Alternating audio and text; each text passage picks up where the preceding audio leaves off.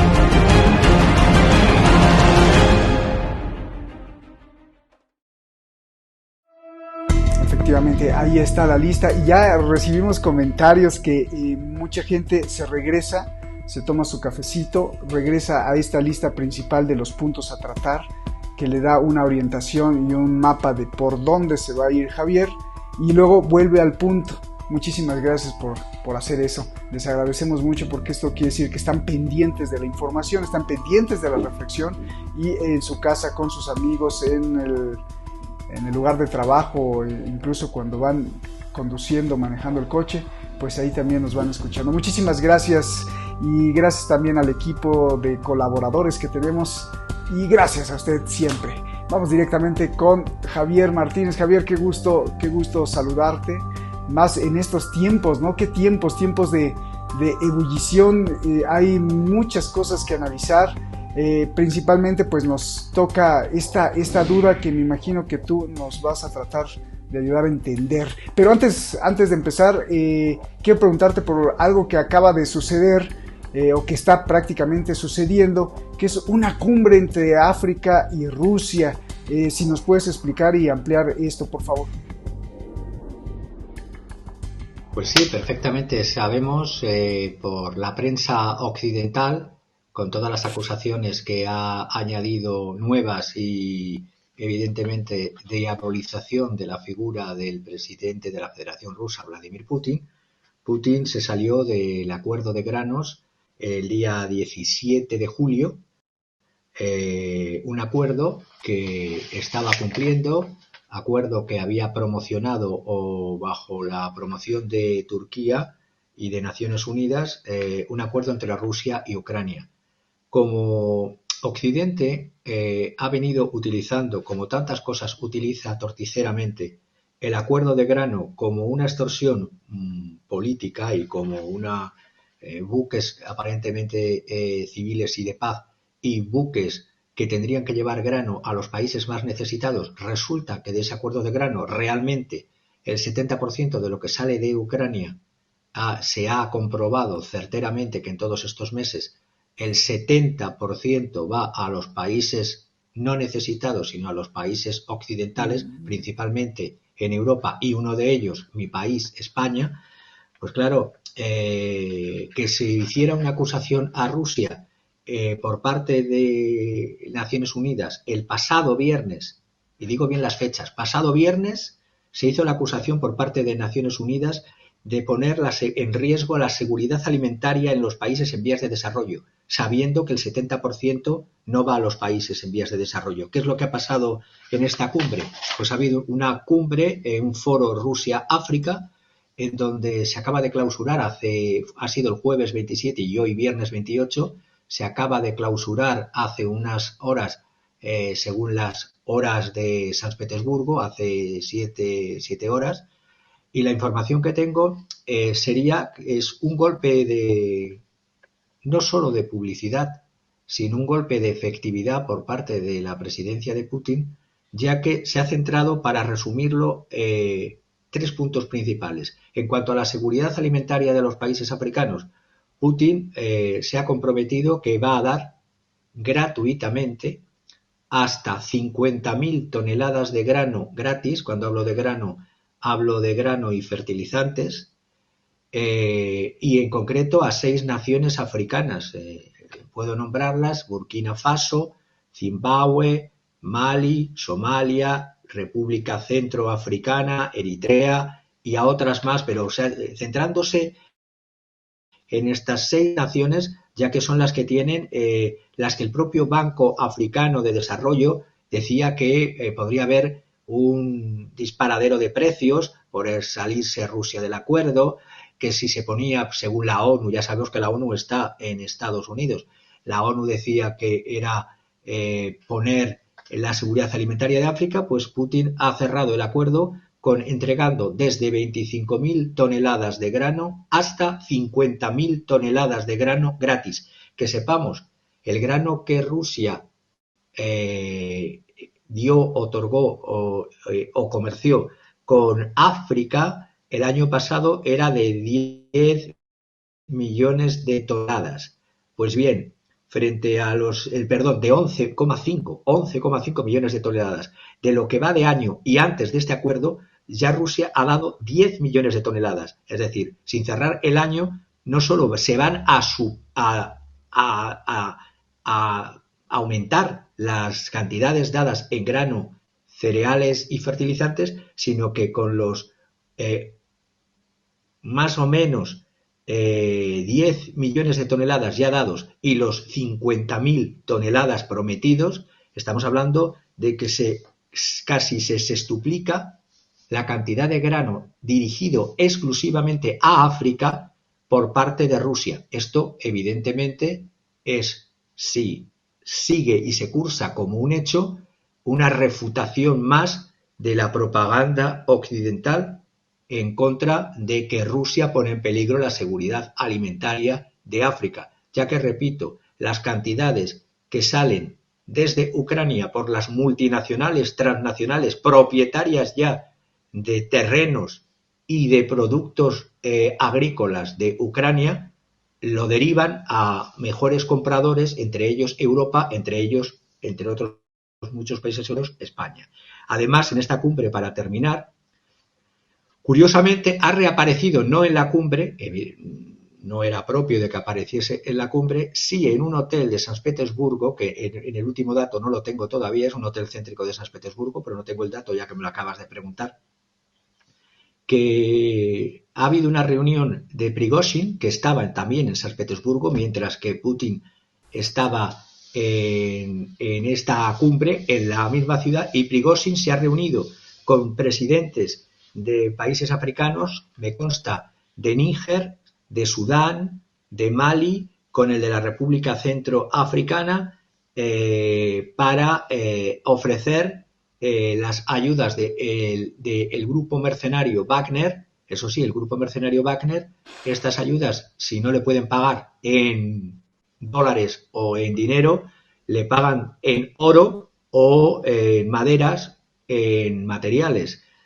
y también se ha discutido fuera de frente a la reunión del hotel de San Petersburgo de Prigozhin, Grupo Wagner, con presidentes africanos, la reunión oficial de África con países africanos con Rusia, pues que han sido creo que 18 países. En el año 2019 fueron más de 40 países. Pero no obstante, los países que han obtenido esto, han obtenido también incremento de la venta de armas, es decir, el negocio de las armas. Que sepamos, África recibe el 40% de todas las armas que recibe el continente, el 40% es de Rusia, el 16% de China, no, perdón, el 16% de Estados Unidos, el 10% de China y un 8% de Francia, que en todo lo que es la francofonía está en franca retirada. Y por último, se ha tratado también, una vez más, del plan africano para la paz en la guerra de Ucrania, que fue propuesto en junio o llevado la tutela por el presidente de Sudáfrica, Cyril Ramaphosa. Esto sería fundamentalmente... bueno, y sí, también mis informaciones es que se va a incrementar la presencia de consulados y embajadas de rusas en África y viceversa de africanas en Rusia. Pongo como ejemplo los datos últimos son de apertura de 2 nuevas embajadas rusas, una en Burkina Faso y otra en la antigua colonia española de Guinea Ecuatorial. Pues bien, gracias por esta datos. Gracias por esta pertinente información de último momento, Javier, por estar pendiente. Gracias. Y si no tienes más que agregar sobre eso, pues vamos a la pregunta medular, si te parece. Yo quiero preguntarte, a ver, ¿cómo es posible que siempre hemos denunciado figuras como George Soros, como los Rockefeller, y bueno, una de ellas que ha hecho mucho daño sin duda a los pueblos del mundo, pues ahí está el señor Henry. De hecho, hay reportes desde el Pentágono que, por ejemplo, una de las cosas, él estaría impulsando o impulsó el bombardeo tremendo en Camboya, en Indonesia, y bueno, Henry Kissinger ha hecho, creo que muchos de los estragos que Estados Unidos pues ha ordenado, o más bien han salido desde él o desde sus amos, no lo sé. Pero el asunto es que él ha jugado un papel muy importante, Henry Kissinger, en la historia de Estados Unidos y en la historia del mundo, en la desestabilización, en las guerras. ¿Cómo es posible que ahora lo veamos aparecer con una gran sonrisa en China? Pero eso no es lo que me llama la atención, sino lo que me llama la atención es que el presidente de China lo recibe como rey. Se le ve la cara del presidente Xi Jinping una alegría que no se le ve con ningún otro presidente o mandatario del mundo, ni siquiera con Putin lo he visto tan contento, y habla de la historia y lo recuerda y le dice incluso que el pueblo de China lo va a recordar siempre a Kissinger. A ver, no entiendo. Explícame, Javier, ¿qué fue a hacer Kissinger ahí? ¿A dar órdenes, a ser rey? Pero no entiendo primero esto de cómo el presidente de China recibe a este señor y con tanta alegría y con tantas cosas bonitas que le dijo. Adelante, Javier. Vayamos a lo que tratábamos la semana pasada. Hablábamos de distintas formas de diplomacia, la diplomacia directa, de los representantes diplomáticos oficiales que representan a los gobiernos y a las administraciones de cada momento y en cada país, y hablábamos de otro tipo de diplomacias, las diplomacias informales, las que eran aquellas que con acuerdos secretos o no secretos lo que hacían era intermediar en nombre de su país o de los intereses de los grupos político-económicos de su país en preparar camino para los acuerdos que luego eran los diplomáticos formales oficiales. Es decir, estamos viendo una figura que fue con sus luces y sus sombras, muchas sombras y luces, voy a intentar ser ecuánime, luces y sombras, que tiene más de 100 años, que para viajar a China ha tenido que ir con un avión equipado con un grupo de especialistas médicos que más quisieran muchas seguridades sociales del mundo atender a los tantos pacientes en listas de espera. Pero bueno, ahí tenemos a un señor, repito, de más de 100 años, que hizo su primera, que ha hecho más de 100 veces, es curioso también las coincidencias numéricas. Él tiene más de 100 años, no creo que le queden muchos años de vida por una cuestión biológica, y ha hecho más de 100 veces viajes a China. La primera visita la hizo en el año 1971. Y los chinos, a la pregunta que tú me hacías, los chinos son pragmáticos, son confucionistas por encima de todo y son muy ceremoniosos. La palabra es muy ceremoniosos. Les gusta dar simbología a cada acto y hay que leer de esa simbología y aprender. Han tenido reunión con Henry Kissinger en el mismo lugar que en julio de 1971, cuando hizo su primera visita, en un complejo diplomático en el oeste de Beijing, de Pekín, en la misma casa que se llama Villa número 5, casa de huéspedes, así llamada, estatal de Diaoyutai. Pues bien, estas reuniones en el año 71, remontándome a la primera, eran reuniones secretas de la administración, entonces administración americana del presidente POTUS Nixon, que allanaron el camino, estas reuniones secretas, a un acercamiento y al posterior viaje, si la visita primera de Kissinger fue en el 71, el viaje del POTUS Nixon fue en el 72, el 21 de febrero. Hubo más visitas de Henry Kissinger, ya he dicho que esta sería más de 100. Recuerdo también la del año 85 con el impulsor del desarrollo económico de China, Deng Xiaoping, el 11 de noviembre del año 85. Kissinger, para China, es una figura, por así decirlo, un viejo tótem de su enemigo amigo. Y digo enemigo amigo por lo siguiente que voy a decir. La política de Estados Unidos hacia China, dijeron los chinos, los representantes oficiales de China actual, desde Xi Jinping hasta Wang Yi, que es el principal diplomático de China, y el ministro de Defensa, todos se podría resumir en una frase que es justamente para que la oiga POTUS Biden. La política de Estados Unidos hacia China, dicen los chinos, necesita la sabiduría diplomática de Kissinger, es un halago a un señor que ha visitado y ha hecho acuerdos con China durante más de 100 viajes y que cumple más de 100 años, y se necesita también el coraje político de un POTUS como Nixon. Recordemos también qué pasaba en el mundo en ese año 71. Tras la doctrina Truman, que sustituyó en la presidencia de Estados Unidos una política totalmente contraria a la que Franklin Delano Roosevelt que quiso hacer en un primer esbozo de los 4 gendarmes o 4 policías que iba a tener el mundo para tutelar una paz eterna, pero eso sí, tutelada por 4, que serían los vencedores de la Segunda Guerra Mundial.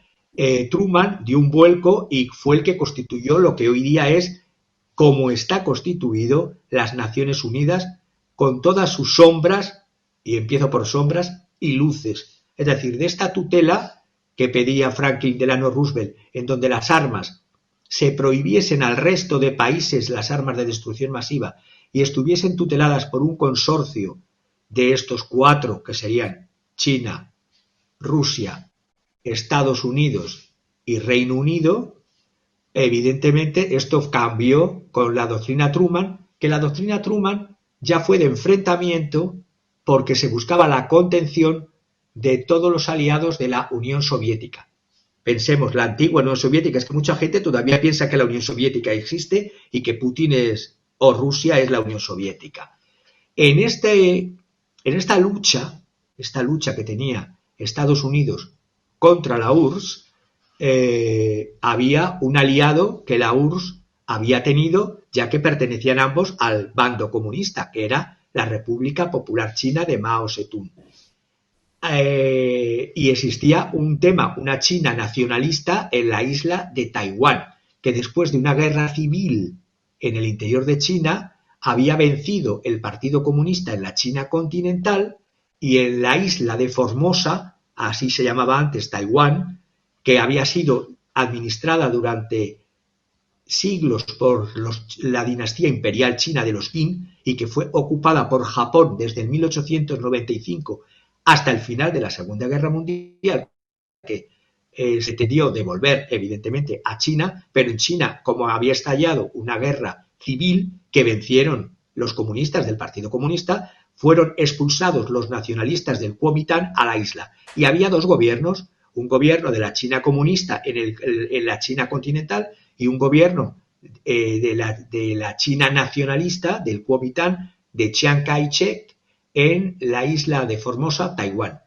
Con la muerte de Chiang Kai-shek se empezó a facilitar también el acercamiento del divide y vencerás típico de la política anglosajona, primero Reino Unido y después de Estados Unidos, de si hay un aliado que es la URSS con la República Popular China, vamos a ver qué fallas, qué fracturas se pueden ahondar en estos dos aliados para que de aliados terminen siendo enfrentados.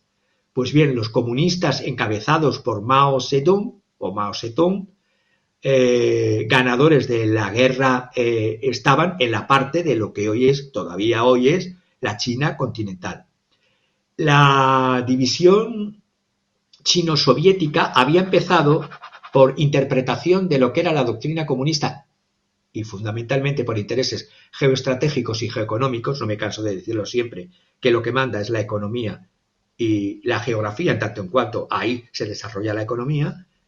Se había empezado esa división entre la China de Mao Zedong y la China post-Stalin, aunque ya había enfrentamientos con Stalin, pero sobre todo post-Stalin, con Khrushchev, y a través de Pakistán, que era un aliado tanto de China, de la República Popular China, como de Estados Unidos, desde agosto del 69 ya los Estados Unidos estaban haciendo esta diplomacia por así decirlo, en paralelo, antes del viaje de Kissinger. Estoy pensando, antes del viaje oficial de Kissinger, primero fue a Pakistán, trató con Pakistán lo que había tratado Pakistán con China para ver si se allanaba una visita de Kissinger, y en esta primera visita Kissinger logró, con el paso del tiempo, lo que ha sido las relaciones entre China y Estados Unidos hasta la era, por así decirlo, fundamentalmente hasta la era Trump, que es cuando se empiezan a romper muchos lazos de lo que, aunque no hay que acusar a la presidencia solamente republicana, sino anteriormente los demócratas ya empezaban a cambiar su visión de China, sobre todo con el despegue y crecimiento brutal de la República Popular China. En esos momentos, el artífice de esos acuerdos, primero Kissinger con Nixon y luego Kissinger con otro POTUS, con Carter, fue el comunicado de Shanghái. El comunicado de Shanghái fue la apertura de oficinas, primero de oficinas, todavía no consulados ni embajadas, solo oficinas entre Beijing y Washington. Y el comunicado de Shanghái decía: ninguno, y esto es el espíritu que tenía Kissinger en aquel entonces para dividir al bloque socialista, era: ninguno debe buscar la hegemonía en la región Asia-Pacífico, y cada uno se opone a los esfuerzos de cualquier otro país o grupo de países, esto en relación a la URSS de entonces, para establecer su hegemonía en Asia-Pacífico.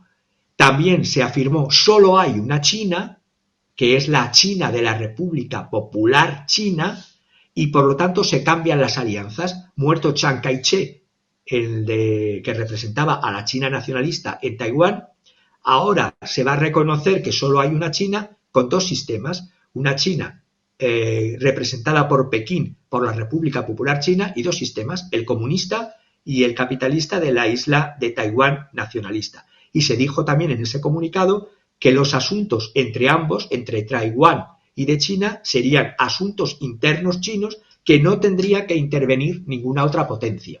Por lo tanto, ni la antigua URSS ni los Estados Unidos. Con Carter ya se hicieron embajadas y estoy pensando en el encuentro entre Carter y Deng Xiaoping en el año 78, se retiraron las embajadas americanas de Taiwán, Taiwán desapareció de las Naciones Unidas para que veamos el peso real que tiene Naciones Unidas, el tutelaje que tiene la fuerza de estar en territorio norteamericano. Es decir, había un reconocimiento de países hacia Taiwán, ahora todos los países, la inmensa mayoría, dejan de reconocer a Taiwán y solo reconocen a la República Popular China.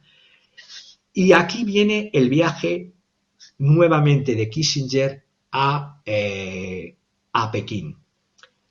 Él dijo una frase hace ya muchos años que yo creo que la ha vuelto a repetir. Es una intuición mía.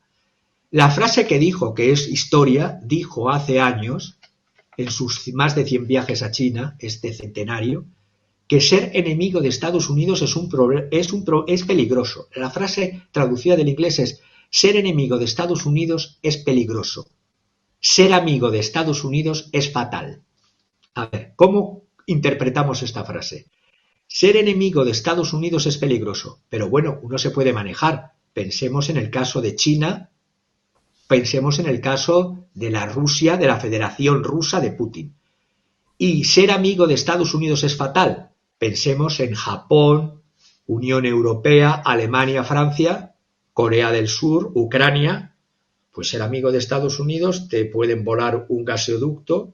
Si eres Alemania, te condicionan tu política interna y tienes sublevaciones si dices determinadas cosas, si eres amigo de Estados Unidos. Si eres amigo de Estados Unidos, te condicionan tu política exterior al 100%, Japón, Corea del Sur, y no digamos de Ucrania.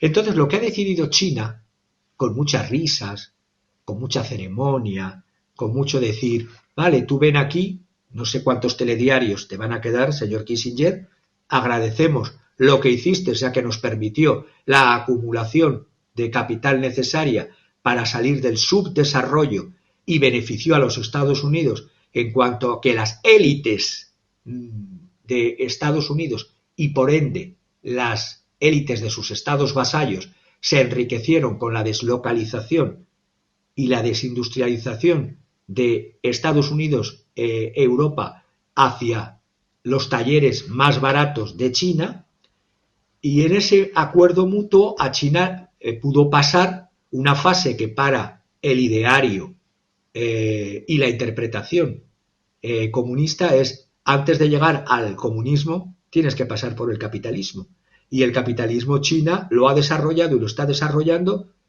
bastante mejor en cuanto a resultados que el capitalismo occidental si lo comparamos desde el 2000, la crisis del 2007-2008 para acá. Por lo tanto, por más que algunos analistas han dicho que ha ido a amenazar, ¿qué va a amenazar un señor de más de 100 años que va en un viaje no diplomático oficial, que no creo que haya sentado muy bien, aparte de la administración Biden, porque las administraciones, lo que hay detrás son las luchas de las corporaciones que han colocado a los políticos de esas administraciones, y hay parte de lobbies que quieren conflicto con China porque les está perjudicando ahora el auge de China. Entonces hay la política que siguió, y termino con esta parte, la política que siguió Kissinger en relaciones internacionales frente a los psicópatas neocons straussianos. Él jugó a veces, porque ha sabido jugar en todos los bandos, ha jugado con un realismo político y unos intereses realmente a veces deleznables, pero ha jugado al realismo político frente a los actuales, y digo bien la palabra, psicópatas neocons straussianos, que interpretan como que China quiera autosuficiencia alimentaria, como que eso es que China se está preparando para una guerra. Sí, es que se está preparando para una guerra, porque realmente el objetivo de todo esto, y lo vengo diciendo desde semanas, de la guerra en Ucrania, es debilitar un flanco para atacar al verdadero enemigo, autoprovocando que el enemigo desencadene la guerra, un ataque a Taiwán, aunque más del 60, incluso más, las últimas encuestas, 70 y tantos % de los taiwaneses quieren seguir con este acuerdo de paz y de integración progresiva con China y no quieren ningún enfrentamiento con la China continental. Por lo tanto, todo esto se ha enloquecido desde Washington, desde el día 16 de junio, cuando Corea del Norte lanzó 2 misiles balísticos de corto alcance, como la supervivencia económica de Corea del Norte es a través de China, vía China. Ahora se culpa a China de todo ello, y ha habido un submarino nuclear con misiles balísticos el 12 de junio de Estados Unidos en Corea del Sur. Todo esto acercándose barcos continuamente, y es grave decir submarino nuclear con misiles balísticos. El United States Ships Michigan, el 12 de junio, la semana del 16 de junio, que respondió Corea con estos 2 misiles balísticos. Por lo tanto, la política que ha ido a hacer Kissinger, pues no sé si es para, por una parte, recordar antes de morir lo que hizo en una especie de autobombo y gloria, además de decir que hay parte de la administración en Estados Unidos y fuera de la administración que quieren seguir haciendo negocios con la República Popular China, que hay otra parte que no, pero la reacción de China va a ser de mantener esa relación. Prefieren ser enemigos de Estados Unidos, que es peligroso, a ser amigos de Estados Unidos, que es fatal. Veamos Europa.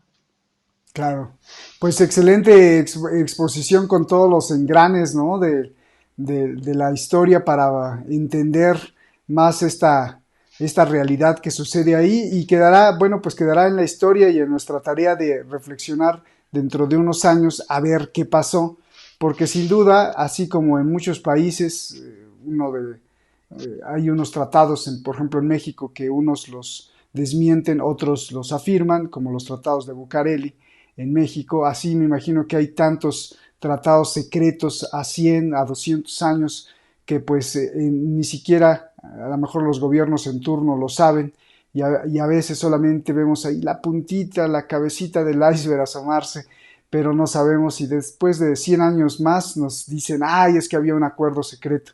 Entonces, bueno, pues ya será tarea de la historia ver qué es lo que pasa, pero mientras, bueno, pues esta reunión, como dices, es muy, muy simbólica, y no sabremos si ese símbolo pesa más que la propia historia, o solamente fue una reunión de despedida de un cumpleaños de 100 años, de una visita de 100 años en la misma villa que se recibió hace media vida de Kissinger. Pues muchas gracias, Javier, y esto pues nos da para un poquito más, porque cómo entonces se manejan las políticas y cómo manejan las fortunas y los destinos de los países, incluido el de Estados Unidos, los millonarios, los multimillonarios dentro de Estados Unidos y desde Estados Unidos. Javier. Es una magnífica pregunta y me encanta que me la propongas, porque es volver a ampliar lo que venimos diciendo detrás de la razón en estos programas de los viernes dedicados, que tendría que estar a la diosa Venus, por eso de los viernes, al amor y a la paz y no a la guerra.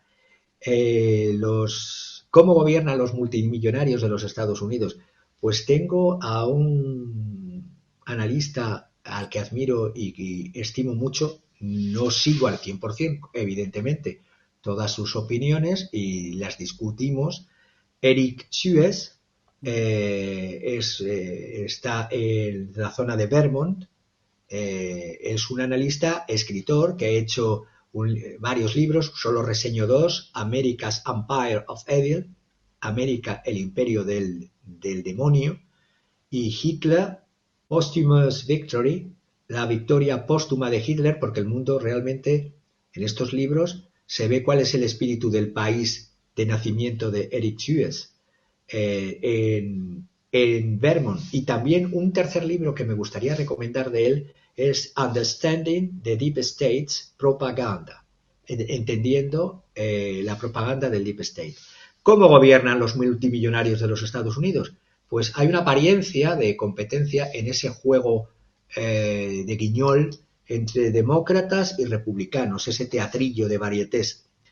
En realidad, ese aplastamiento bipartidista, con una abstención cada vez más grande de los votantes, ya lo vimos en las elecciones en que Trump ganó a Hillary Clinton, la enorme abstención, la abstención que sigue habiendo en el caso de la victoria de Biden, cada vez la ciudadanía está más alejada de las clases políticas que dicen que les representan y que realmente representan los intereses de los multimillonarios que pagan las campañas o que les promocionan para que lleguen a esos puestos políticos.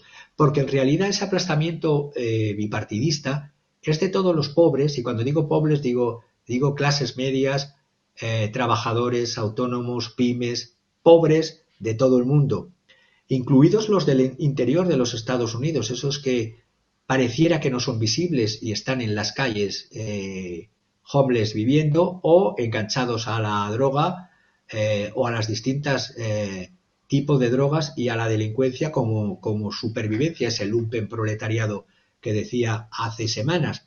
Vemos que en política exterior realmente cambia poco en Estados Unidos quién gobierne, demócratas o republicanos. Ahí tenemos las experiencias de que van contra todos los pobres internos y externos del mundo, ya sean en El Salvador, en Guatemala, en Honduras, Afganistán, Irak, Irán, contra los pobres de Irán, no contra los ricos de Irán. Irán, Cuba, Siria, Libia, Ucrania y tantas partes del mundo. Esta aparente competencia bipartidista no existe en política exterior. Voy a recordar, no he podido enviároslo, un vídeo que tenía de Hillary Clinton, en la cual el 1 de marzo del año 2022 lo recibí del libertarianinstitute.org. Ahí se veía que como Hillary Clinton decía que quiere una guerra en Ucrania parecida a la de Afganistán. Es decir, esto es lo que una supuesta representante demócrata progresista de izquierdas y que busca la paz y los derechos humanos en el mundo, le debe de importar poco los pobres ciudadanos de Ucrania de un lado y de otro para querer que un conflicto, y así lo diga y lo cante en un vídeo diciendo que sea como Afganistán.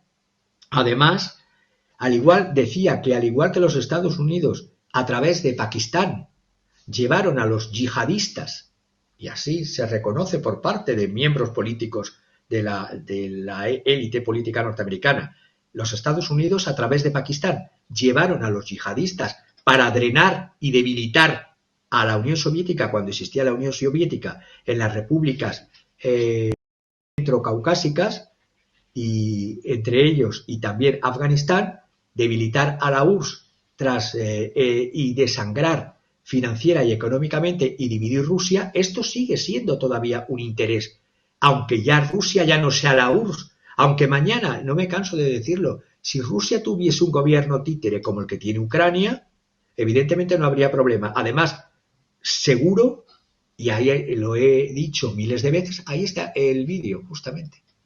Sois maravillosos. Está referido justamente por la MSNBC y es justo lo que estaba comentando. Mira que querían seguir proporcionando.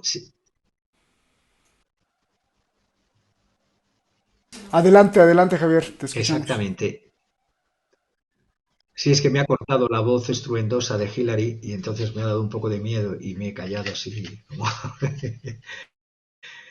Hay que seguir proporcionando armamento militar y voluntarios para desangrar financieramente y económicamente y dividir a Rusia. Ahí me estáis poniendo a una imagen de Nietzsche con Kissinger. Yo la imagen de Nietzsche, hombre, si es el Nietzsche que interpretaban los nazis, lo puedo asociar a Kissinger. Pero Nietzsche fue manipulado, entre otros, a la muerte de su hermana, antes de la muerte de Nietzsche, por su hermana, que estaba casada con un antisemita famoso. La hermana de Nietzsche estaba casada con un tal Förster, y se descubrió que hasta manipuló, falsificó escritos y libros de Nietzsche, como La voluntad de poder, que hasta el año 60 y tanto, 65, 66, un filólogo y filósofo checo lo descubrió, Karl Schlechter, y vio cómo se había hecho una utilización del pensamiento de Nietzsche a favor de los nazis, cuando Nietzsche ya en el Also sprach Zarathustra, en el Así habló Zaratustra, criticaba el Estado y el pangermanismo de la época de Guillermo II, porque Nietzsche vivió en la época del Kaiser Guillermo II, y por lo tanto no conoció al nazismo, pero ya criticaba el pangermanismo. Y esa asociación de la imagen de Nietzsche con la de Kissinger viene bien, porque incluso Kissinger en un determinado momento, se me viene a la cabeza ahora, utilizó y difundió pensamiento de Ernst von Salomon, que tiene un libro, el cual he leído con detalle, se llama Les Réprouvés, lo he leído en la versión francesa, Los reprobados, en la cual ayudó a subir financieramente, este escritor Ernst von Salomon ayudó financieramente, como lo que vengo diciendo de las élites de millonarios que ayudan a subir políticos, fue uno de los que ayudó a subir a Adolf Hitler al poder. Pues bueno, sigo con lo que decía Hillary Clinton. Hillary Clinton, igual que ahora ha hecho los Estados Unidos, dice y decía en el año pasado, en marzo del año pasado, quiere obligar a Rusia o reconoce que ha obligado a Rusia a invadir Ucrania, ya haciéndole oídos sordos a cualquier propuesta de acuerdo, e incluso los acuerdos como los que ya se habían firmado, Minsk I, Minsk II, eran papel mojado, como lo reconoció la propia canciller alemana Merkel, y todo esto era para desgastar, de la misma manera que se había desgastado a Rusia en Afganistán y hizo que fuese uno de los claves de la caída del régimen soviético, el desgaste militar económico de Rusia en Afganistán. Buscan con el desgaste de Rusia en Afganistán, el desgaste ahora de Rusia tras Siria, el desgaste en Ucrania, buscan una situación similar los demócratas y los republicanos, de que Rusia pase una situación similar a la del año 1990-1991, pero la situación no es la de 1990-1991. Hay una unión entre dos que eran enfrentados por Kissinger, que es la Federación Rusa, amigos de conveniencia y contra un enemigo común más grave, que es Estados Unidos, y la República Popular China. Por lo tanto, la doctrina de Hillary Clinton, que no refleja más que la de los intereses de estos multimillonarios que están detrás en hacer business con estas guerras, o la doctrina que decía Zbigniew Brzezinski, dirigiéndose incluso, es escandaloso, estos días he estado viendo vídeos, cuando se dirigía, he leído de hemeroteca la International Politic del número 2 del año 2000, y he visto imágenes pasadas a vídeos donde se veía a este consejero de Seguridad Nacional de los Estados Unidos cómo hizo un viaje en el año 79 a Pakistán, se dirigió a los mujahidines o mujahidines, y en ese viaje de estos futuros yihadistas, es decir, los que mataban vidas luego no solo en Estados Unidos sino en Occidente, les decía y les alimentaba para atacar a la URSS: vuestra causa es correcta y Dios está de vuestro lado, el Alá está de vuestro lado, y lo decía el secretario. Y luego dicen que hay regímenes terroristas. Es que hay países de Occidente, y estoy poniendo el caso de Estados Unidos, que ha promocionado y promociona el terrorismo desde hace bastantes décadas. Y pongo el ejemplo de un consejero de Seguridad Nacional dirigiéndose en el año 79 a los mujahidines, diciéndole que su lucha en nombre de Alá es la correcta, y en el año 98, años después, le preguntan a este Brzezinski, ¿no se arrepiente de haber apoyado este fundamentalismo islámico, dándole armas y dándole consejos de embravecimiento a estos futuros terroristas? Y responde Brzezinski, como respondió Victoria Nuland, con el que se jodan los europeos, o con lo que respondió la señora que hemos visto antes, Clinton. Hillary Clinton, diciendo lo de que el tema cuando matan a la administración y matan a Gaddafi y saquean Libia, aplaudiendo. Son psicópatas a sueldo porque le preguntan si no se arrepiente este Brzezinski años después y dice, ¿quién ha sido más importante para la historia mundial? ¿Que los talibanes surjan o el colapso del Imperio Soviético? Yo creo que algunos musulmanes agitados, decía, o la liberación de Europa Central de manos de los comunistas, es mejor que prosperen algunos terroristas islámicos, pero que la URSS caiga, que es nuestro enemigo. Pero es que ahora no existe la URSS y Rusia sigue siendo su enemigo. No es una cuestión ideológica, que es lo que quiero oír, es una cuestión de intereses económicos. Es decir, mañana Rusia tiene un régimen nacionalista más democrático aún a la manera occidental, o como les gusta decir, la democracia occidental. Pero si planta cara nacionalista a Occidente, es decir, a Estados Unidos, seguirá siendo enemigo. Y este Brzezinski decía, si es que representan la religión más grande del mundo, tenían en el año 98 1.500 millones de seguidores, pero estas políticas de banalizar el mal, banalizar la muerte, la han tenido candidatas infructuosas a presidenta como la señora Clinton, lo han tenido consejeros como Brzezinski, lo han tenido consejeros como Kissinger, lo han tenido como Robert McGate, exdirector de la CIA, que arrepentido escribe libros, y uno de los que vi hace unos meses era Desde las sombras, las últimas historias de 5 presidentes y cómo vencieron la Guerra Fría a través del uso incluso del terrorismo. Buscaban que los soviéticos tuviesen su propio Vietnam y lo consiguieron, en el sentido de que Afganistán fue la puntilla para la Unión Soviética. Hay otro escritor, yo sigo mucho a los propios escritores, historiadores y analistas norteamericanos. No pongo palabras del que siempre consideran que es el bloque enemigo, antes la URSS y ahora Rusia. Voy a las propias fuentes americanas. Steve Cole tiene otro libro que es La historia secreta de la CIA en Afganistán y Bin Laden desde la invasión soviética hasta el 10 de septiembre del 2001. Recordemos que pasó el 11S en las Torres Gemelas, pero es que las revelaciones de todos estos miembros militares, luego analistas de empresas particulares y escritores, es que la CIA ya estaba ayudando a los mujahidines antes de la invasión soviética, y lo tengo con fechas. Si bien la ayuda oficial de la CIA fue el 3 de julio del año 80, después de que el ejército soviético hubiera invadido Afganistán el 24 de diciembre del año 79, porque yo doy mucho valor a las fechas, porque se ve la concatenación lógica, racional. La realidad es que la CIA ya estaba en Afganistán antes de la invasión soviética. El 3 de julio del año 79, siendo POTUS Carter, firmó la primera directiva de ayuda secreta, lo que tú hablabas de acuerdos secretos, que se saben años después, evidentemente.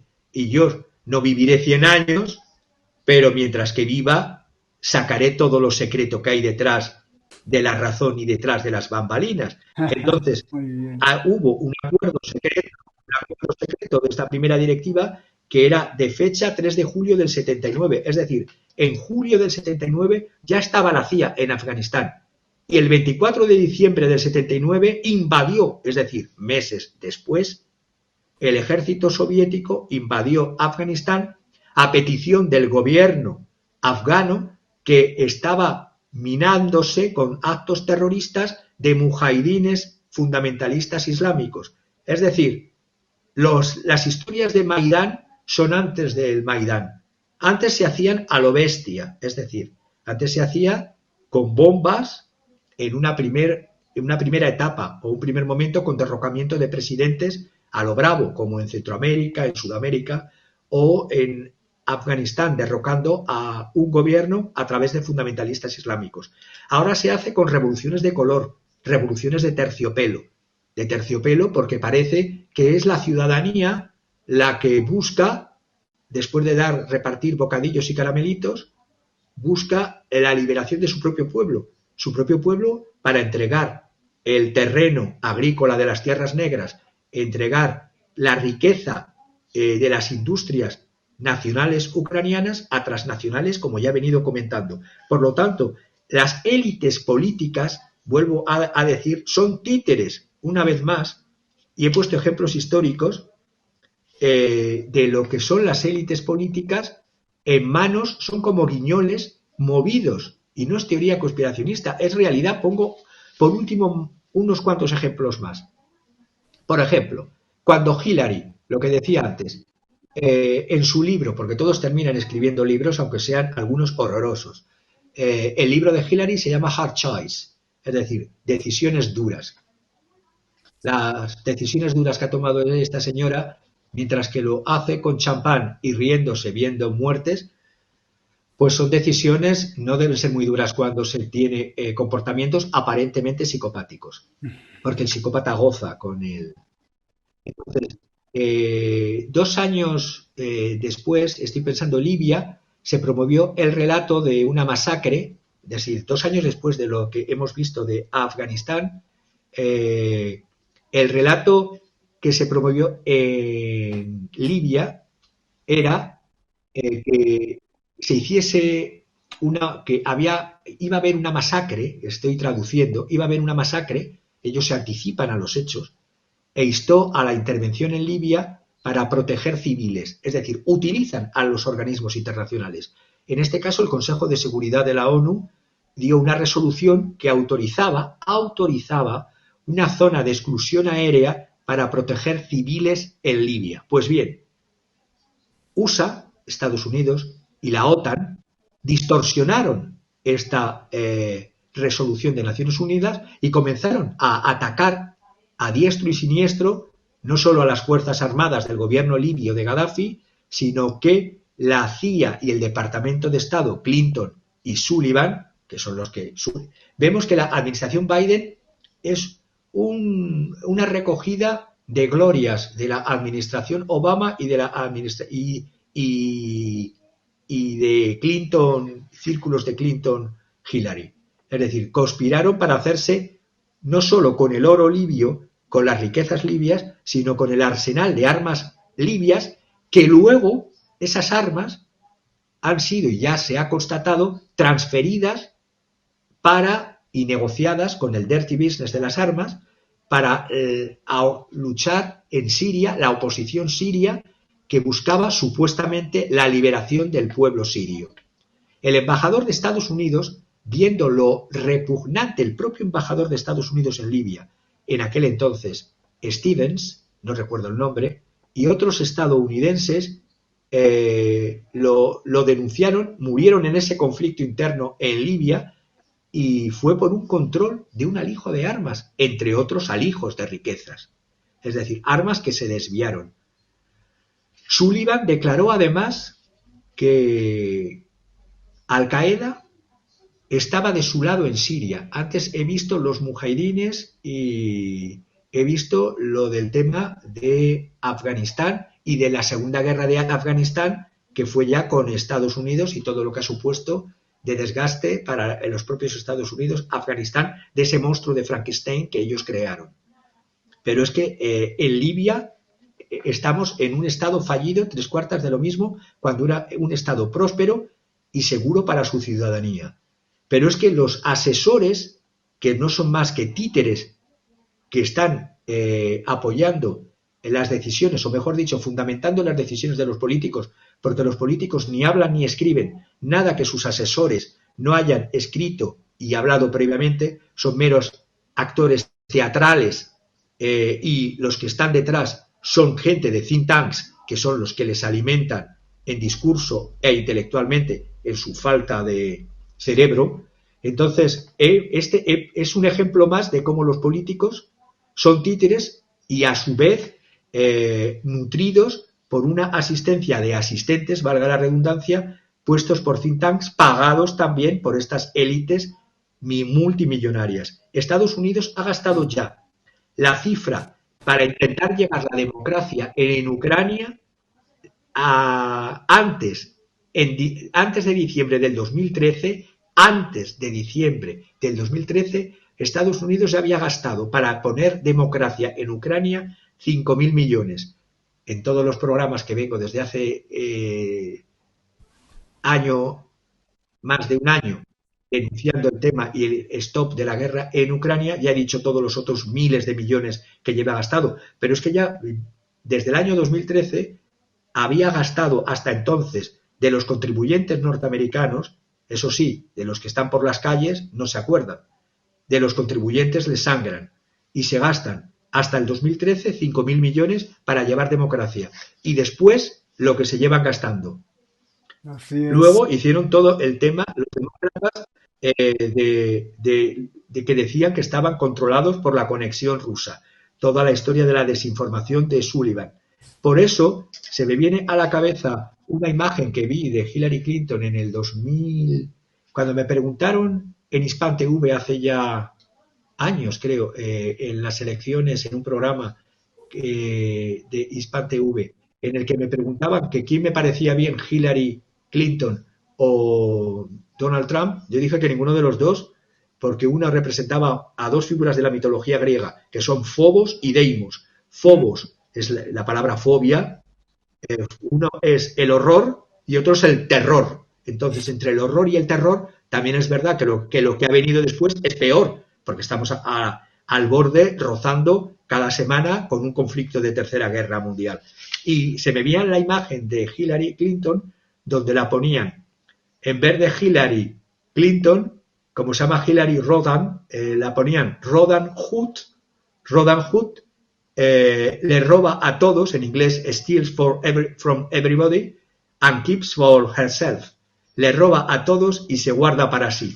Pues eso es más o menos lo que es la política norteamericana. Y la política norteamericana y la política de la Unión y de la Unión Europea y de muchos países que siguen esto de que las elecciones y los programas importan un pimiento, lo que importan es nombrar a personas que son las que van a nombrar a las personas que hacen el mal.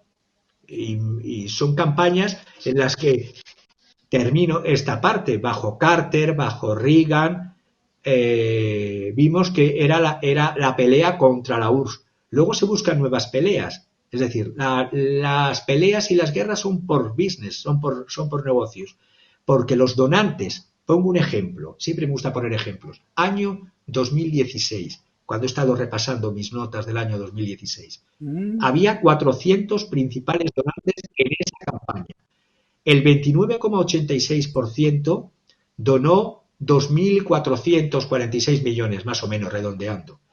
Y el 0,01% más rico donó el resto, el 57%. Es decir, el 57%, que son más de 4.000 millones, 4.682 millones, los gastaron los multimillonarios en esa campaña del año 2016.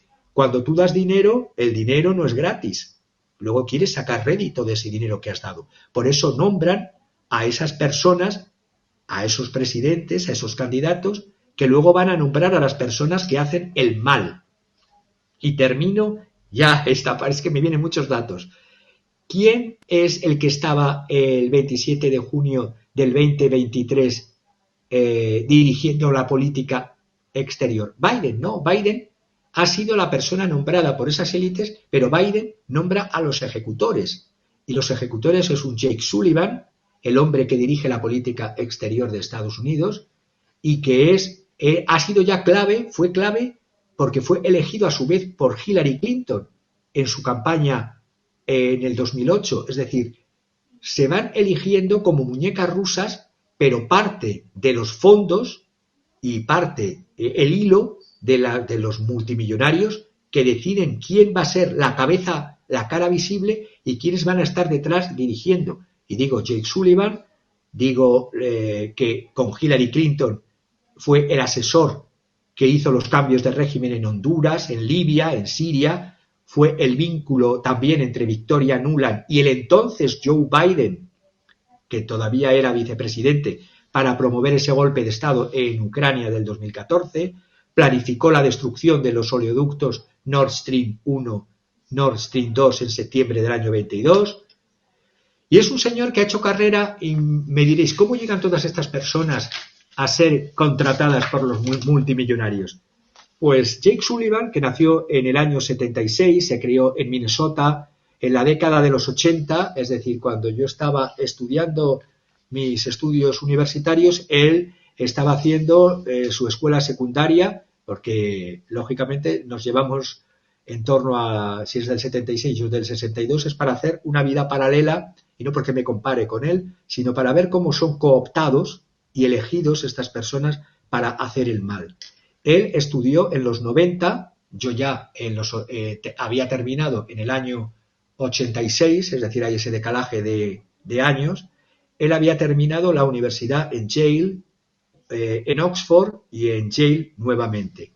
Primero se enganchó a un político como ex subsecretario de Estado y futuro presidente curiosamente, de un think tank, la Brookings Institutions. Luego fue asistente brevemente de jueces en Minneapolis y abogado principal de la senadora Amy Klobuchar, que fue quien le conectó con Hillary Clinton. A partir de ahí fue una carrera meteórica. Hillary Clinton le promovió, se hicieron bajo sus consejos el monstruoso, por ser escandaloso, golpe de Estado en Honduras del 2009, y todo porque el presidente de Honduras había pedido, Manuel Zelaya, la readmisión de Cuba dentro de la OEA. 7 semanas después de esa petición, 28 de junio, soldados hondureños invaden la casa del presidente. Le secuestran y, para que se vea la mano que de quién está meciendo la cuna, le llevan primero a una base aérea de los Estados Unidos. Es decir, vemos que detrás de todo están siempre intereses de una élite económico-financiera, que son los que ponen a los títeres que van a ser elegidos presidentes, que a su vez son los encargados, bajo dictado, de elegir a quienes van a hacer el mal en las subsecretarías y secretarías de Estado. Pues muy bien, Javier, pues has dado toda una cátedra acerca de cómo se ha evolucionado las relaciones internacionales a través de estas manos que mueven a los títeres, excelentes ejemplos. Y bueno, pues nos vamos enfilando hacia el final para que nos expliques la obra de arte, y sin antes decirnos las últimas alianzas para prevenir una tercera guerra mundial, porque sin duda pues élites económicas, élites políticas, todas están ahí hablando al oído, porque si hay una tercera guerra mundial, pues eso no les conviene o no le conviene a casi nadie, para no decir a nadie. Adelante, Javier. Pues yo diría que la necesidad más urgente es de acabar con todas las alianzas militares, todas. Igual que desapareció el Pacto de Varsovia, tendría que haber desaparecido la OTAN. Y en cambio, la OTAN no solo no ha desaparecido, sino se ha expandido hacia afuera de su territorio originario, Tratado del Atlántico Norte. No sé qué tiene que ver el Atlántico con el Indo-Pacífico, pero bueno, debe ser que como los mares se comunican entre sí, pues la extensión de la OTAN es extensible como las aguas de los mares. Pero es que estamos viendo que la OTAN fue primera y previa a la propia Pacto de Varsovia. Las fechas son importantes en historia, y en historia política, estratégica y económica. Lo digo siempre, siempre que he dado una clase, digo, es importante fijar los datos de historia, los datos de fechas, porque así vamos haciendo una hilación lógica. La OTAN, Tratado del Atlántico Norte, nace el 12 de abril del año 45. Estamos viendo que el plan para reemplazar los imperios y las guerras mundiales que he dicho al principio de mi intervención, había un plan que parecía angelical, y lo digo con ironía, del presidente Franklin Delano Roosevelt, donde que se quería buscar una ten con ten, Franklin Delano Roosevelt de un lado y Joseph Stalin, que ambos, los hagiográficos de un lado y de otro, los llaman antiimperialistas intensos. Es decir, Franklin Delano Roosevelt antiimperialista intenso y Joseph Stalin antiimperialista intenso. Para mí, lo digo entre comillas, irónicamente. Pero es que lo que vino después fue peor, porque a la muerte de Franklin Delano Roosevelt, esos planes de crear una ONU con esa especie de 4 policías que he dicho antes, los 4 policemen o police state, se pervirtió y se tergiversó en un acuerdo entre el nuevo POTUS, que era Harry Truman, y por supuesto la mano mecedora de todas las cunas del divide et impera, que es Reino Unido a través de Winston Churchill, que entre Harry Truman, Winston Churchill y el asesor militar Dwight Eisenhower, que luego sería presidente, se buscaba justamente el enfrentamiento, ya no solamente el reparto del mundo como se había hecho con Franklin Delano Roosevelt entre 4, con áreas de influencia entre 4, es decir, Estados Unidos se quedaría con todo el continente americano, Inglaterra con el continente europeo y las colonias del imperio, y la Unión Soviética se quedaría con Europa del Este y con parte de Eurasia Occidental, y China con la parte de Asia Oriental. Ese reparto ya no lo veía bien el presidente Truman y sobre todo las instituciones que buscaban nuevas guerras, como era a través de Winston Churchill y a través de Dwight Eisenhower. Y se buscaba el enfrentamiento porque por una parte Churchill, como siempre fue y le consideran el hombre de la democracia, el hombre que venció, por supuesto, venció entre otros con la ayuda de la Unión Soviética, venció a Adolf Hitler y al nazismo, pero sus teorías de recrear el imperio británico están muy ligadas a Cecil Rhodes, a ese Cecil Rhodes que veía un mundo dominado por una élite anglosajona y todos los demás vasallos, y que incluso ese Cecil Rhodes, mentor intelectual de Churchill, decía que ese mundo anglosajón dominado por Reino Unido retomaría incluso el poder por encima de Estados Unidos, creando divisiones internas y enfrentamientos internos dentro de Estados Unidos. Ojo al dato, lo decía en 1877, y vemos cómo está la situación en Estados Unidos. Entonces, la alianza militar que se creó antes del Pacto de Varsovia fue creada por Truman bajo la dirección de Eisenhower, Churchill, James Byrnes y otros para la conquista global final, ya nada de reparto entre 4. Hemos visto eso que he dicho antes de la frase de Kissinger, que es peor ser amigo y aliado de Estados Unidos que ser enemigo, porque es fatal. Pensemos, los Nord Stream 1 y Nord Stream 2, oleoductos propiedad ruso-alemana, que han volado por los aires. ¿Va a pagar Estados Unidos o la OTAN a Alemania? ¿Se le ha permitido a Alemania, país vasallo, que al estar encuadrado dentro de la OTAN no tiene ni posibilidad, porque la OTAN es potenciar a un hegemón, que es Estados Unidos? Y como Alemania pertenece a la OTAN por contrato, ni puede decir, oye, es que me has volado parte de mi propiedad, que no solo era rusa, yo había puesto dinero también. Pensemos que era un consorcio que estaba de capital mayoritariamente alemano y rusa en Zug, en Suiza, en una sociedad alemana en Zug. Todo eso ha volado por los aires, y eso significa que la necesidad más urgente es terminar con las alianzas. Terminó el Pacto de Varsovia, tendría que haber terminado, igual que cayó el muro de un lado. Cuando yo digo la metáfora que tenía que caer del otro lado, es que tenía que haber caído también la OTAN. Que los países fuesen soberanos de sí mismos. Es decir, volver a lo que terminaba con el cuadro de la semana pasada, volver a ese espíritu de neopaz de Westfalia, es decir, que los estados sean soberanos e independientes en sus políticas exteriores y en sus alianzas. Porque la segunda alianza, que como ya he dicho ya cayó y que nació el 14 de mayo del 55, recordemos que la de abril del 45 es la de la OTAN.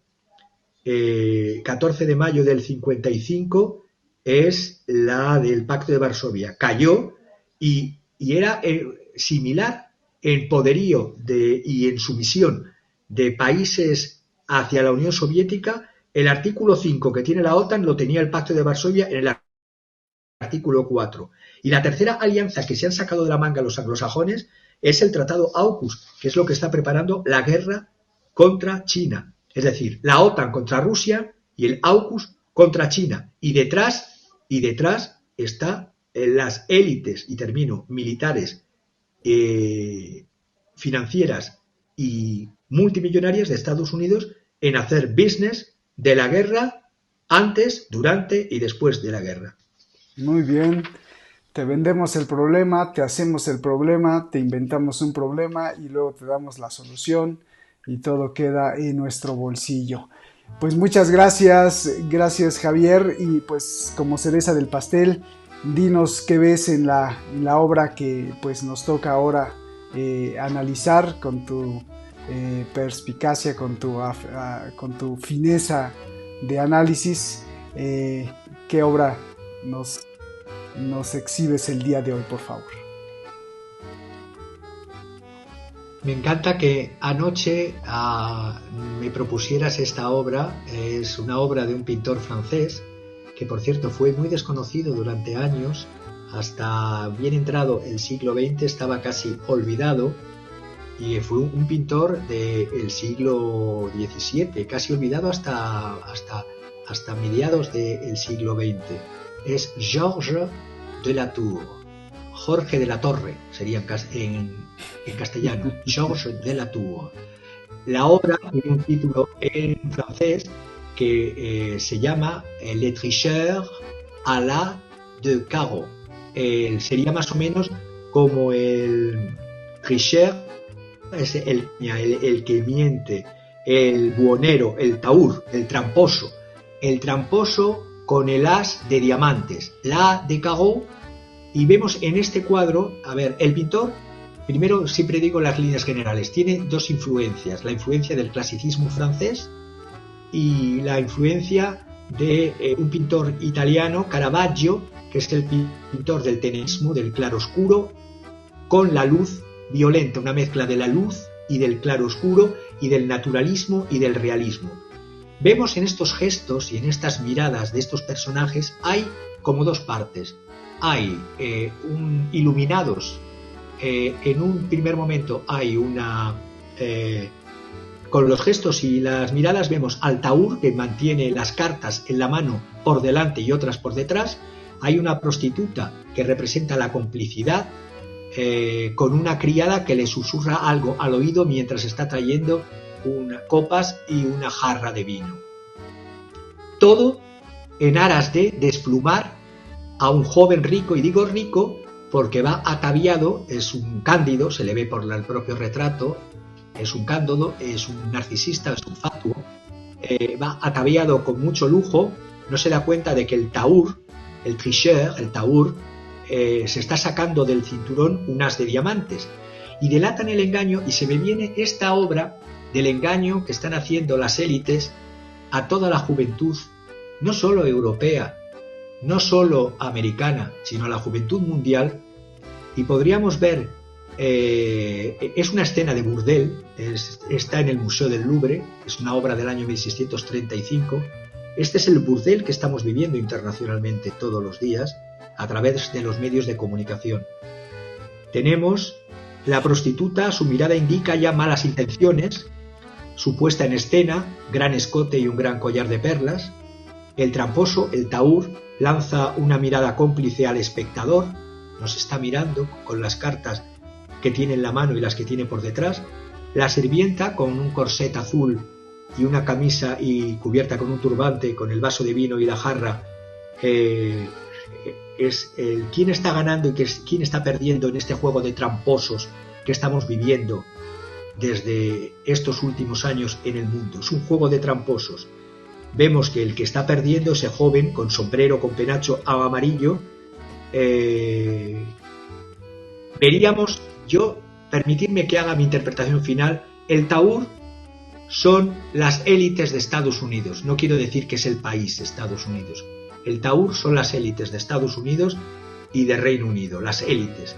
La prostituta, como no, es la Unión Europea. Es la OTAN. La sirvienta son todos los gobiernos de todos los países de Europa que sirven a la prostituta y a su vez están sirviendo los intereses del Taur.